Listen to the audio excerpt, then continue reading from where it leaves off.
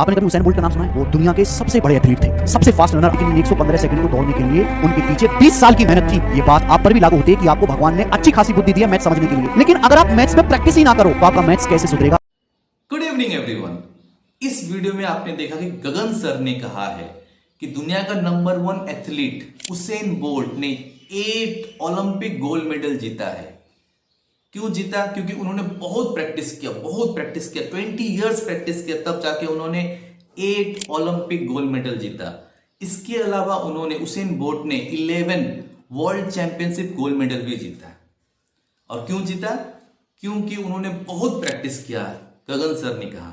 और उसके रेफरेंस में उन्होंने क्या कहा कि जैसे हुसैन बोल्ट ने इतना प्रैक्टिस किया और फिर जाके उन्होंने गोल्ड मेडल जीता, वैसे ही अगर आप मैथ्स प्रैक्टिस करोगे तो आप मैथ्स को 4 डालोगे। लेकिन क्या ये सही है?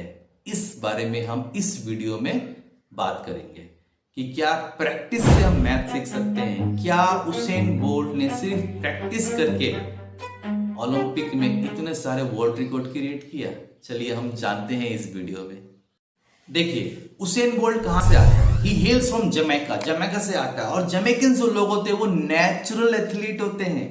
उनके पास फास्ट ट्विच मसल फाइबर होते हैं, जिससे कि वो दूसरे एथलीट से बेटर होते हैं, क्योंकि जेनेटिकली वो बेटर है। और प्लस वहां पे इन्वायरमेंट भी अच्छा है, कल्चर भी अच्छा है, ट्रेडिशन भी है इसका एथलीट का, गवर्नमेंट हेल्प है, मेंटरशिप अवेलेबल है, वर्ल्ड क्लास फैसिलिटीज है। और वहां के लोग प्राइड लेते हैं, they take pride in field in track. जो जमैकन लोग होते हैं वो नेचुरल एथलीट होते हैं। और इसी के कारण से अगर वैसे लोग प्रैक्टिस करते हैं, उनको फैसिलिटीज अवेलेबल है, उनमें फॉर्म डिटर्मिनेशन है, इंटरेस्ट है, विल पावर है, जिद है, तो जाके वो हुसैन बोल्ट बनते हैं। और हुसैन बोल्ट तब जाके हुसैन बोल्ट बना। क्यों? क्योंकि सिर्फ प्रैक्टिस सिर्फ नहीं हो सकता है, क्योंकि वो जमैकन्स थे और वहां के लोग जो होते हैं वो नेचुरल एथलीट होते हैं, जेनेटिकली उनके पास बेटर होता है, दूसरे स्प्रिंटर से ज्यादा उनके पास पावर होता है। और फिर हुसैन बोल्ट का firm determination, practice, perfect practice, coaching, बहुत सारा facilities, world class facilities, hard work, determination, sacrifices, तब जाके हुसैन बोल्ट को क्या बनाया गया? The Usain Bolt. ना कि सिर्फ प्रैक्टिस एक चीज कभी भी किसी को बहुत महान नहीं बना सकता है। इसका और मैं आपको रेफरेंस देता हूं। डॉन ब्रैडमैन, जो टेस्ट मैचेस में नंबर 1 बैट्समैन माना जाता है वर्ल्ड का, Sachin Tendulkar, Ricky Ponting, Virat Kohli, Sunil Gavaskar, Brian Lara, ये सब नेचुरल टैलेंट थे, गॉड्स गिफ्ट थे। उसके बाद जब इन्होंने मेहनत किया, इनको अच्छा कोचिंग मिला, इनको अच्छा फैसिलिटीज मिला, तब जाके ये इतने महान बने। इसलिए नहीं ये महान बने क्योंकि इन्होंने प्रैक्टिस किया।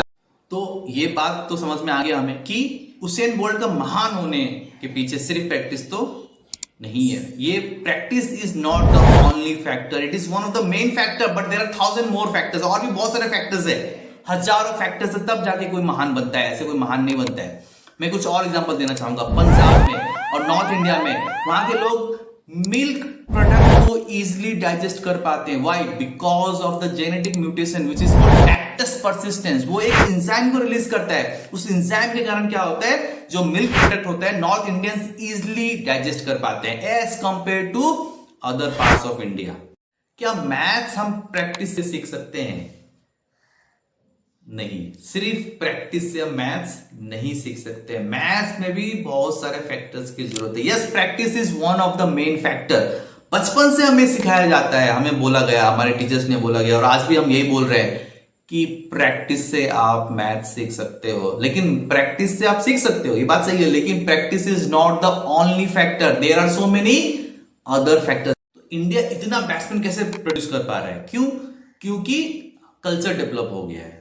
अब जब कल्चर डेवलप हो गया है, रोल मॉडल्स अवेलेबल है, आइकन्स अवेलेबल है, इंस्पिरेशन अवेलेबल है, तब जाके क्या करते हैं हम लोग, फिर हम भी चाहते हैं वैसा बनने।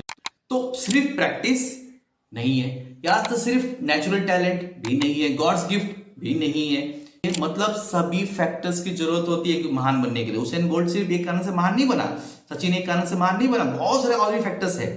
लेकिन अगर जेनेटिक फैक्टर्स है, अगर हम एक नेचुरल टैलेंट है, गॉड्स गिफ्ट है, और हम फिर उसके ऊपर प्रैक्टिस करते हैं, मेहनत करते हैं, तब जाके हम लोग कुछ महान कर पाते हैं। अब मैथ्स में क्या है ना, मैथ्स में हमने कह दिया प्रैक्टिस करो, सिर्फ प्रैक्टिस से नहीं हो सकता मैथ्स में, उसमें बहुत सारे फैक्टर्स है। हम नेक्स्ट वीडियो में बात करेंगे इसके बारे में कि मैथ्स को अगर हमें इंप्रूव करना है तो कैसे करेंगे। क्या मैथ्स सिर्फ प्रैक्टिस से हो सकता है? नहीं हो सकता है।